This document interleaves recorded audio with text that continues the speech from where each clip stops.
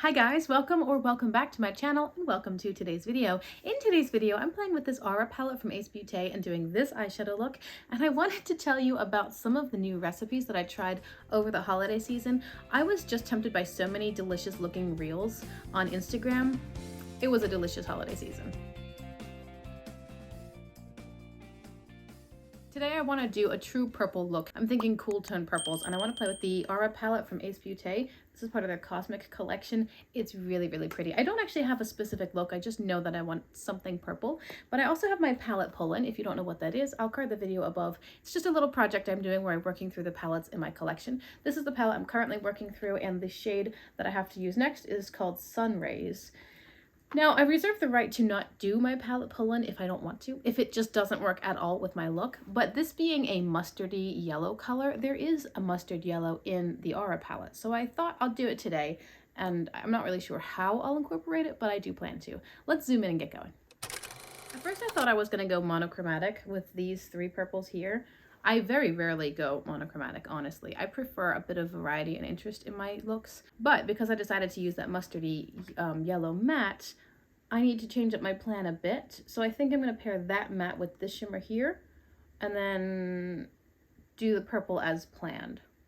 And this halo shade here is at least a duochrome. It's purple into silvery gold, I think. I don't know. Should I do the yellow on the lower lash line? That would be interesting, but would it look nice? I think I'll start with the yellow matte and build it out from there. That way it's done, and I can continue my look as planned from there. So with a medium blending brush, I'm taking Sun Rays, and I think I will put this in my inner crease area. I'm just gonna lay it down quite lightly. It's gonna bring a lot of warmth, which I wasn't planning. But that's not a bad thing. So let's talk about Christmas goodies. I was on Instagram during, in the weeks leading up to Christmas itself, and I was just struck by so many delicious looking and really easy looking recipes. I ended up sending them to my friends and family, like, look at this one. Oh, look at this one. I think the very first one I specifically planned on incorporating in our Christmas morning breakfast. And then I found three more that were very, very comparable, just with slight changes, and then I found other things that I wanted to do. It got to be a lot. But I did actually end up making three of the recipes that I sent. So I want to tell you guys about those, and I have pictures. I have pictures. But first, let's take a smaller and tighter blending brush. This is a Blend Bunny B1. I am picking up Wistful, and I will lay this in my the outer crease, and also kind of the wedge shape out here. The very first recipe that I sent to people was Nutella and puff pastry, and they formed it into a star pattern, which is where your dough makes a circle, and then they cut out all these little slices, and then you twist them to expose the filling, pinch them together at the base of each of those twists, and bake it like that.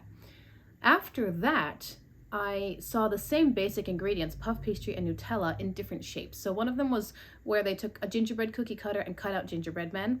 And then another one was where they cut strips and then twisted them and rolled them into little pinwheels. I did the first and the third. I didn't do the gingerbread men because I don't have a cookie cutter. And also, it would have required a lot of extra work in terms of making sure that the edges didn't open up when cooking, so you had to press the edges all down with a fork, which was cute. It made them look more like gingerbread men because they looked like they were sewn on the edges. But I didn't want to dive into a recipe that required a lot of extra work. That's not the life that I'm living right now.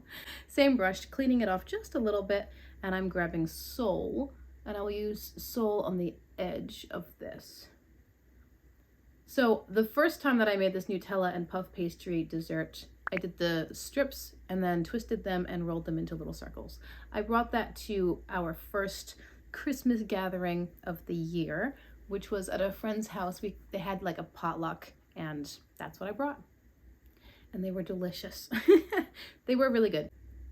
I later discovered that because I had rolled them, and I didn't roll them tightly, but because I had rolled them, it didn't give the dough enough space to really expand into the flaky layers that you would want. So it was tasty, but it was also a little bit flatter than puff pastry ought to be.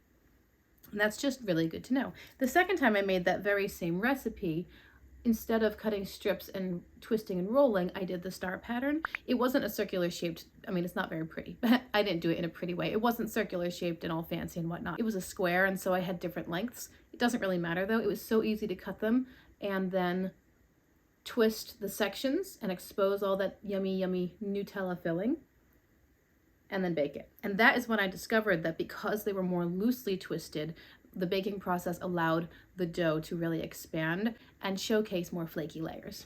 It was very tasty, and it was so stinking easy because it was literally 2 ingredients. I considered doing the exact same thing, except instead of filling the pastry with Nutella, I would just fill it with cinnamon sugar. That was the first recipe I was planning on doing, and then my daughter wanted Nutella instead. So it was really, really yummy and a very big hit, both with my family and also at the gathering with friends. I have a very distinct warm and cool thing happening right here, and I think it's pretty. I'm now going to take this flat brush and pick up the shade Moonlight. I am familiar with the Ace Beauté formula, so this is a little bit more of a putty shimmer. It picks up really, really nicely, but I want to spray it anyway because that's going to give me precision as I lay it down and also help control fallout. You really don't need to spray this formula, but it doesn't hurt it. The next treat that I made was for our weekly potluck on Sunday at church, and what I did was cheesy pull-apart garlic bread. It was so easy. Whereas the Nutella pastry was just roll out the pastry, lay down some Nutella, and slap the next pastry on top, and then shape it however you want. This cheesy pull-apart bread was just as easy. You took a package of Hawaiian rolls, put them into a baking dish, and cut slits down each of the rolls. Then you filled the slits with any kind of cheese, and then you drizzle over the top with a mixture of melted butter, fresh, or if you don't have fresh, just powdered garlic, some parsley if you've got it, and Parmesan cheese.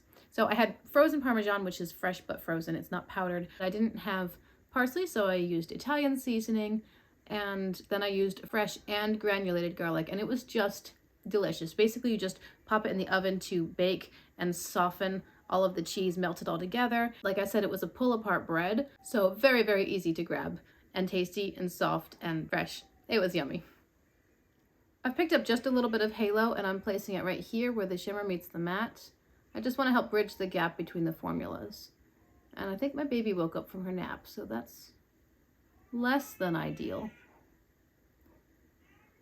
We'll see if she settles. Usually she'll be able to find her pacifier and settle herself.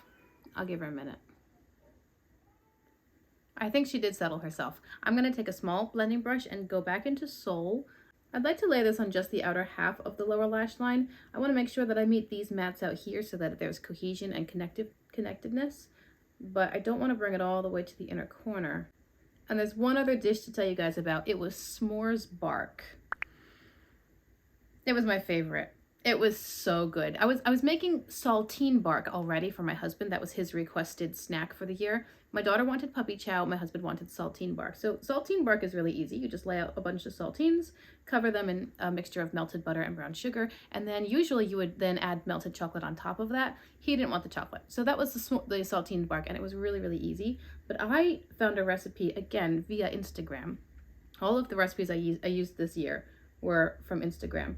And I saw one for s'mores bark, which was a base of graham crackers. And then you just pop some marshmallows in the microwave for just long enough to melt them. And if you don't cook them too long, then they get really, really fluffy and frothy. So you lay down a layer of marshmallow, then you lay down a layer of melted chocolate, and then you can sprinkle it with candies. Going back into Halo with a much smaller flat brush, I'm going to put this on my lower lash line. Again, I don't need to spray the shimmer, but I will, just to give me the precision that I'd like for that smaller area. So the recipe called for a bunch of smashed up M&Ms and candy canes and red and green sprinkles. I didn't have the sprinkles, but I had M&Ms and I had Andes mints. So I smashed those up and I just sprinkled all of that over top. It was delicious. And because I love marshmallow, now this was a mistake. See how I put this shimmer into the inner corner? Now it's catching the light all weird. I'm gonna clean that up and go probably in this space. Probably just pick up a white mat and do a white matte inner corner highlight. So I'll clean that up in a minute off camera, but give you a heads up what I'm doing. I am laying this Halo shade on the inner half of the lower lash line. Anyway, because I love marshmallow, I made sure that the marshmallow layer was pretty thick. It was very present. And then topping it with melted chocolate, it was just redonkulous. It was so good. I ate way too much of the s'mores bark, and it's gone now, which is probably for the best.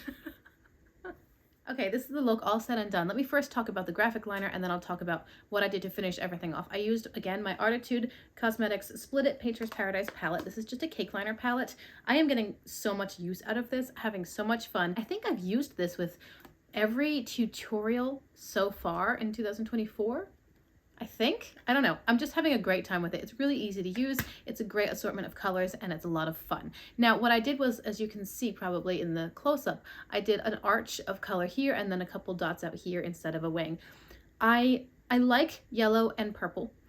I was trying to work with the mustardy yellow tone of my palette Poland shade, and that's where I went wrong, because in the palette it's more of a lemon yellow or a vermilion orange. So I combined them and got kind of an orangey tone, but it's not the dirty mustard color of the matte that I used. That's the only area with which I'm dissatisfied. I like the lines themselves. I think I did a good job of matching them, making them even, making it all look good as far as the application of the graphic liner. It's just a matter of the color. It's not quite as swampy as I wanted it to be. So that's on me and my color selection. If I had done the same thing with maybe pink or blue or something, I would probably be singing a different tune. So it is fully user error, but I don't dislike it. I do actually like the way it looks, and I like the contrast between the yellow, orange, and the purple. I think it does tie into the look, but also stands out from the look. So it's pretty. Let me tell you what I did elsewhere. I used a deep purple in my waterline. This is from ColourPop. I think the shade is called Champs. It's all worn off, but I'm pretty sure it's called Champs. And then I have mascara. And on my lips, I've got this Italia Deluxe liner in the shade 1042 Dusty Rose. I only lined the lips and I filled them in with a ColourPop lip oil. This color is Paper Pansy. It's just a light pinky purple sort of color. And then on my face, I have this blush from ColourPop, which is very, very cool toned. It's from their Mulan collection called Matchmaker. I really use it as kind of like almost a bronzy, cool toned contour sort of. I don't know. I don't know what I'm doing with face products. I like to play with the eyes. So I did put on some of this. And then I have my Anastasia Beverly Hills highlighter. This one right here, Spectra. That's the one that I put on today, and I think it's pretty. So I think the look is really lovely. I very much like the eye look. Let me talk about the palette itself. Where did I put it? Okay, here it is. Sorry. The Aura palette. This is the first time that I'm filming with it, and it's lovely. Honestly, I think the eye look, aside from the graphic liner, is very, very pretty. Now, this shade here, Halo, is actually an interesting combination of these purple mattes and this champagne-y, peachy yellow kind of shimmer, with some silver as well. It's sort of a conglomeration of those feature shades in the palette. It's very, very lovely. I did dip back into the Tropicolor palette right here to get my white inner corner highlight. This shade is called Coconut, and it's amazing. We all know that. So that's the whole look. I think it's lovely. I would love to hear your thoughts about the eye look, of course, and especially about any new recipes or treats that maybe you tried over the holidays, and specifically if Instagram made you do it. Thank you so much for your time today, guys. Thank you for clicking on my video. I hope you have enjoyed it. I do hope that you'll consider subscribing before you go if you want to see more content like this. At the time that you're watching this video, I believe I'm still out of town, but I had done enough pre-filming to fill in the empty space. So I have more videos coming, and I look forward to seeing you guys in my next one. Bye!